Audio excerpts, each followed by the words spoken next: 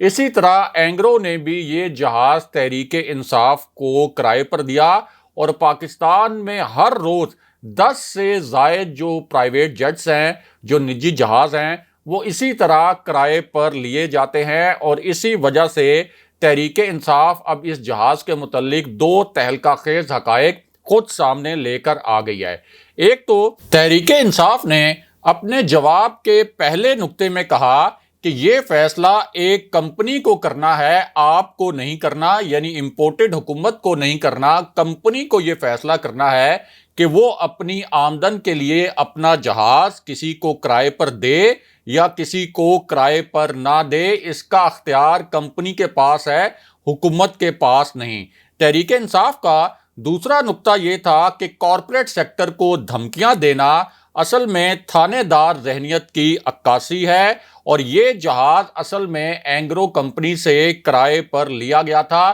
لیکن یہ امپورٹڈ حکومت خان صاحب کے جلسوں سے اتنی گھبرائی ہوئی ہے کہ یہ اب چاہتی ہے کہ کوئی بھی کمپنی خان صاحب کو عوامی جلسوں کے لیے جہاز بھی کرائے پر نہ دے۔ بہرحال اب واپس آتے ہیں کہ army chief general Qamar Javed Bajwa کے متعلق کیا بہت بڑی خبر ہے، اور مختصراً آپ کو امپورٹڈ حکومت کے ایک نئے گھنونے اقدام سے بھی آگاہ کرتے ہیں۔ تو معاملہ یہ ہے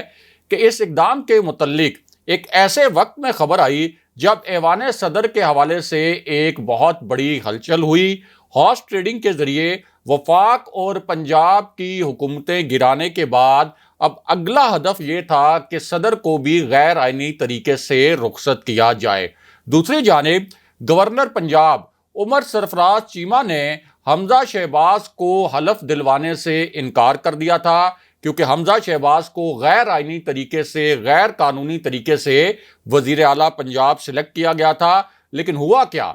ہوا یہ کہ قانون تو یہ کہتا ہے کہ اگر وفاقی حکومت نے کسی گورنر کو ہٹانا ہو تو اس کے لیے ایک سمری ایوان صدر کو بھجوانا ضروری ہوتی ہے، اور صدر کے پاس اس سمری پر دستخط کرنے کے لیے 15 دن ہوتے ہیں، یعنی 15 دن تک بھی صدر کے پاس اختیار ہوتا ہے کہ وہ اس سمری پر دستخط نہ کرے۔ لیکن ہوا کیا؟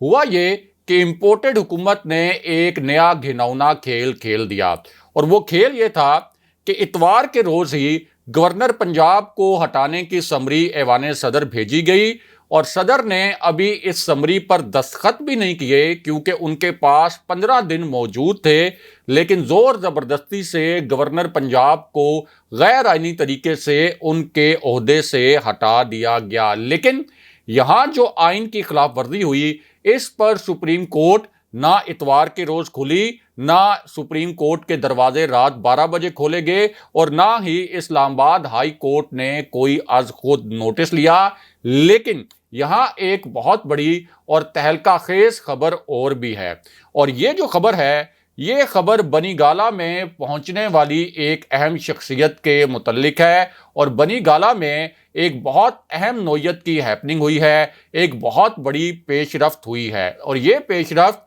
اور یہ ہیپننگ ایک ایسے موقع پر ہوئی جب فوج کا اعلیٰ ترین سطح کا اجلاس ہوا، یعنی فوج کی سب سے ہائی پروفائل میٹنگ ہوئی۔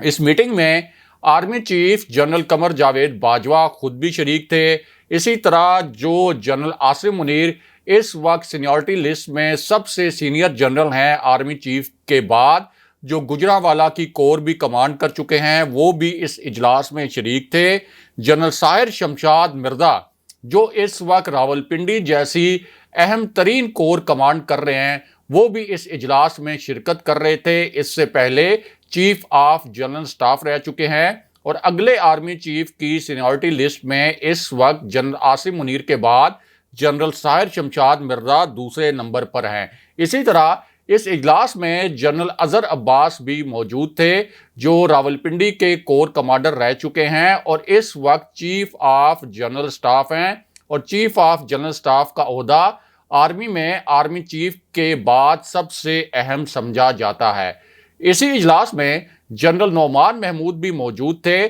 جو اس سے پہلے پشاور کی کور کمانڈ کر چکے ہیں، اور اگلے آرمی چیف کے لیے جو سینیورٹی لسٹ ہے اس میں چوتھے نمبر پر جنرل نعمان موجود ہیں، اور اسی اعلیٰ ترین سطح کے فوجی اجلاس میں جنرل فیض حمید بھی موجود تھے جو سابق D G I S I تھے اور اس وقت پشاور کی کور کمانڈ کر رہے ہیں۔ اور یہی جو اعلیٰ ترین سطح کا اجلاس تھا، اس میں سابق D G I S P R general Asif Ghafoor بھی موجود تھے اور موجودہ D G I S P R بھی اس اجلاس میں شریک تھے۔ اس سے اندازہ لگایا جا سکتا ہے کہ یہ کتنی ہائی پروفائل میٹنگ تھی، کتنا یہ اعلیٰ سطح کا اجلاس تھا، کیونکہ دیگر کور کمانڈرز بھی اس اجلاس میں موجود تھے۔ اب اس اجلاس کا ایک نکاتی ایجنڈا تھا، اس کی ٹائمنگ بھی بہت زیادہ اہمیت تھی، اور ایک نکاتی ایجنڈا اصل میں جس پر بحث ہوئی وہ ملک کی موجودہ پیچیدہ سیاسی صورتحال تھی۔ اب ایک طرف یہ انتہائی اہم نوعیت کا اجلاس ہوا اور دوسری جانب ایک بہت اہم شخصیت ایک اہم پیغام لے کر بنی گالہ پہنچی، کیونکہ عمران خان صاحب نے army chief general Qamar Javed Bajwa سے 4 سوالات پوچھے تھے براہ راست، اور بہت اہم نوعیت کے سوالات تھے۔ ایک تو عمران خان صاحب نے یہ پوچھا کہ یہ جو دھمکی آمیز مراسلہ آیا امریکہ سے، تو پرائم منسٹر تو میں خود تھا، مجھے تو امریکی یہ نہیں کہہ سکتے تھے کہ میں خود کو ہٹا لوں، تو اصل میں امریکہ نے کس کو یہ پیغام دیا تھا کہ ایک الیکٹڈ پرائم منسٹر کو یعنی عمران خان صاحب کو ہٹا دو؟ امریکی یہ پیغام کس کو دے رہے تھے؟ تاثر یہ تھا خان صاحب کا کہ اصل میں امریکی یہ پیغام ہماری اسٹیبلشمنٹ کو دے رہے تھے کہ عمران خان کو ہٹا دیں۔ دوسرا سوال عمران خان صاحب نے یہ کیا جو کہ D G I S P R کی پریس کانفرنس سے بھی ریلیٹڈ تھا، جس میں انہوں نے یہ کہا تھا کہ نیشنل سیکیورٹی کمیٹی کی میٹنگ میں سازش کا لفظ استعمال نہیں ہوا بلکہ مداخلت کا لفظ استعمال ہوا۔ تو خان صاحب نے یہ سوال پوچھا کہ یہ جو خط آیا جس کے متعلق نیشنل سیکیورٹی کمیٹی نے کہا کہ یہ پاکستان کے اندرونی معاملات میں کھلی مداخلت ہے اور ناقابل قبول مداخلت ہے، تو اس پر بتایا جائے کہ کیا اس کو سازش کہا جائے یا صرف ایک مداخلت کہا جائے۔ خان صاحب کا دوسرا سوال یہ تھا۔ خان صاحب کا تیسرا سوال بہت ہی حساس نوعیت کا تھا، آپ یہ کہہ سکتے ہیں کہ بہت خطرناک بھی تھا اور بہت ڈائریکٹ سوال بھی تھا، کیونکہ خان صاحب نے اب ایک ایسے آپ کہہ لیں کہ لایا عمل کے اوپر انہوں نے اپنی جو حکمت عملی ہے اس کو ایگزیکیوٹ کرنا ہے، جہاں وہ بہت سے رازوں سے پردہ بھی اٹھا سکتے ہیں اور رازوں سے پردہ اٹھانا بھی چاہتے ہیں۔ تیسرا سوال عمران خان صاحب کا یہ تھا کہ کوئی ایسا قدم نہ اٹھائے، یہ امپورٹڈ حکومت بھی، اور اس کے ساتھ ساتھ پاکستان کے ادارے بھی، انہوں نے اداروں کو مخاطب بھی کیا اور یہ کہا کہ کوئی ایسا اقدام نہ اٹھائیں کہ ہماری جو پرامن تحریک ہے اس تحریک کا رخ مڑ جائے، یعنی ایسا نہ ہو کہ لوگ آؤٹ آف کنٹرول ہو جائیں۔ اور جس طرح سے سوشل میڈیا کے کارکن تحریک انصاف کے اٹھائے گئے ہیں، اس حوالے سے خان صاحب یہ کہہ رہے تھے کہ ایسا کوئی قدم آپ نہ اٹھائیں کہ جس سے ملک کو تو نہیں لیکن اداروں کو نقصان ہو جائے گا، اور میں اداروں کو مضبوط دیکھنا چاہتا ہوں۔ خان صاحب کا چوتھا سوال اور چوتھا اہم ترین نقطہ یہ تھا کہ مجھے فوج سے والہانہ محبت ہے، میں اپنے فوجیوں کو جنگ میں شہید ہوتے نہیں دیکھ سکتا، اس لیے میں نے ایبسلوٹلی ناٹ کہا تھا جب امریکہ کو اڈے دینے کا معاملہ سامنے آیا تھا۔ انہوں نے تاثر دیا کہ D G I S P R کا یہ ایکسپریشن درست نہیں ہے کہ امریکہ نے کبھی پاکستان سے اڈے مانگے ہی نہیں تھے، اس حوالے سے بیک گراؤنڈ میں ایک بات چیت چل رہی تھی، لیکن میں نے اڈے دینے سے اس لیے انکار کیا کہ دہشت گردی کی ایک اور جنگ پاکستان پر افغان طالبان مسلط کر دیں گے اور ہمارے فوجی شہید ہوں گے، اس لیے یہ ایبسلوٹلی ناٹ کے الفاظ میں نے استعمال کیے تھے اور اڈے مانگے گئے تھے۔ لیکن خان صاحب نے سب سے اہم جو تاثر تھا اور سب سے جو اہم پوائنٹ تھا وہ یہ بیان کیا کہ جب بیرونی سازش ہو رہی تھی اور ان کا امپریشن یہ تھا تو پھر پاکستان کے اداروں کو اور پاکستان کی اسٹیبلشمنٹ کو نیوٹرل نہیں رہنا چاہیے تھا۔ یہ سوالات خان صاحب نے کراچی کے جلسے میں انڈائریکٹلی اصل میں army chief general Qamar Javed Bajwa کے سامنے رکھے۔ اب اس پوری سچویشن میں ایک اہم شخصیت نے عمران خان صاحب کو ایک اہم نوعیت کا پیغام پہنچایا، اور یہ پیغام اس حوالے سے بہت اہم ہے کہ اس وقت جس قسم کی مہم چل رہی ہے سوشل میڈیا پر اور عوامی بیداری کی مہم، اس کا دباؤ نہ صرف یہ امپورٹڈ حکومت محسوس کر رہی ہے بلکہ اس کے ساتھ ساتھ ادارے بھی اس کی تپش محسوس کر رہے ہیں۔ تو اس پوری سچویشن میں خان صاحب کو ایک پیغام دیا گیا، ٹیبل کے ایک طرف خان صاحب اور ٹیبل کے دوسری جانب خان صاحب کو پیغام پہنچانے والے، اور خان صاحب کے سامنے 2-3 آپشن رکھے گئے۔ ان میں سے ایک آپشن تو خان صاحب کے سامنے یہ رکھا گیا، اور موجودہ سیاسی صورتحال کے تناظر میں، کہ وہ اپنے لہجے کی ترشی کو کم کر دیں۔ یعنی جس طرح کے پیغامات خان صاحب نے پشاور اور کراچی جلسے میں دیے، اداروں کے متعلق بھی باتیں کی اور ان سے سوالات پوچھے، تو ایک پیغام یہ دیا گیا کہ اپنے لہجے کی ترشی کم کر دیں، اس نظام کا حصہ رہیں، اس سسٹم کا حصہ رہیں، نظام سے باہر نہ جائیں، یعنی استعفوں والے معاملے پر نہ جائیں، اور اگر وہ یہ 2 باتیں مان لیں تو ان کے لیے ایک اچھا سیاسی ماحول بہت جلد بن سکتا ہے۔ لیکن ہوا کیا؟ ہوا یہ کہ خان صاحب نے ان آپشنز کو سنا،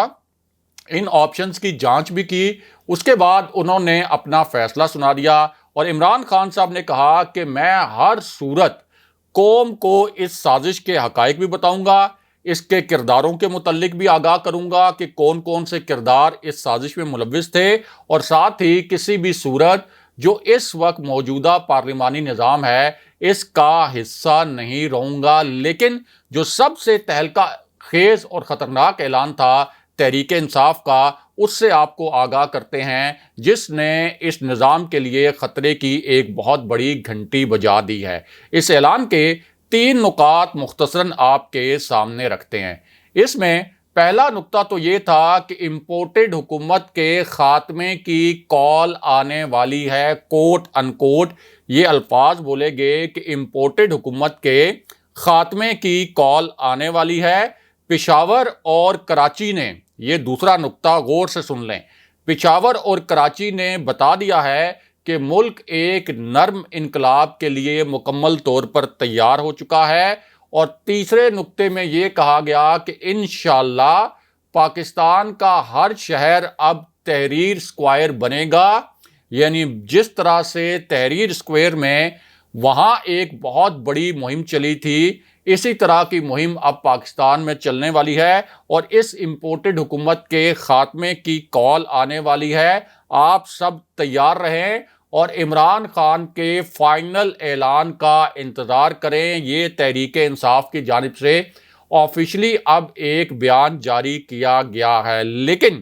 دوسری جانب خان صاحب کے جو ساتھی ہیں ان میں سے کچھ نے خان صاحب کو یہ مشورہ بھی دیا کہ اب آپ نے جو اگلا جلسہ کرنا ہے لاہور میں، یہاں آپ 29 مئی کی ڈیڈ لائن کا اعلان کر دیں کہ 29 مئی تک الیکشن کروائے جائیں، یہ ہماری ڈیڈ لائن ہے، اور جسٹس گلزار کا نام نگران وزیر اعظم کے لیے فلوٹ کر دیں، پیش کر دیں۔ اگلے پروگرام تک کے لیے خدا حافظ۔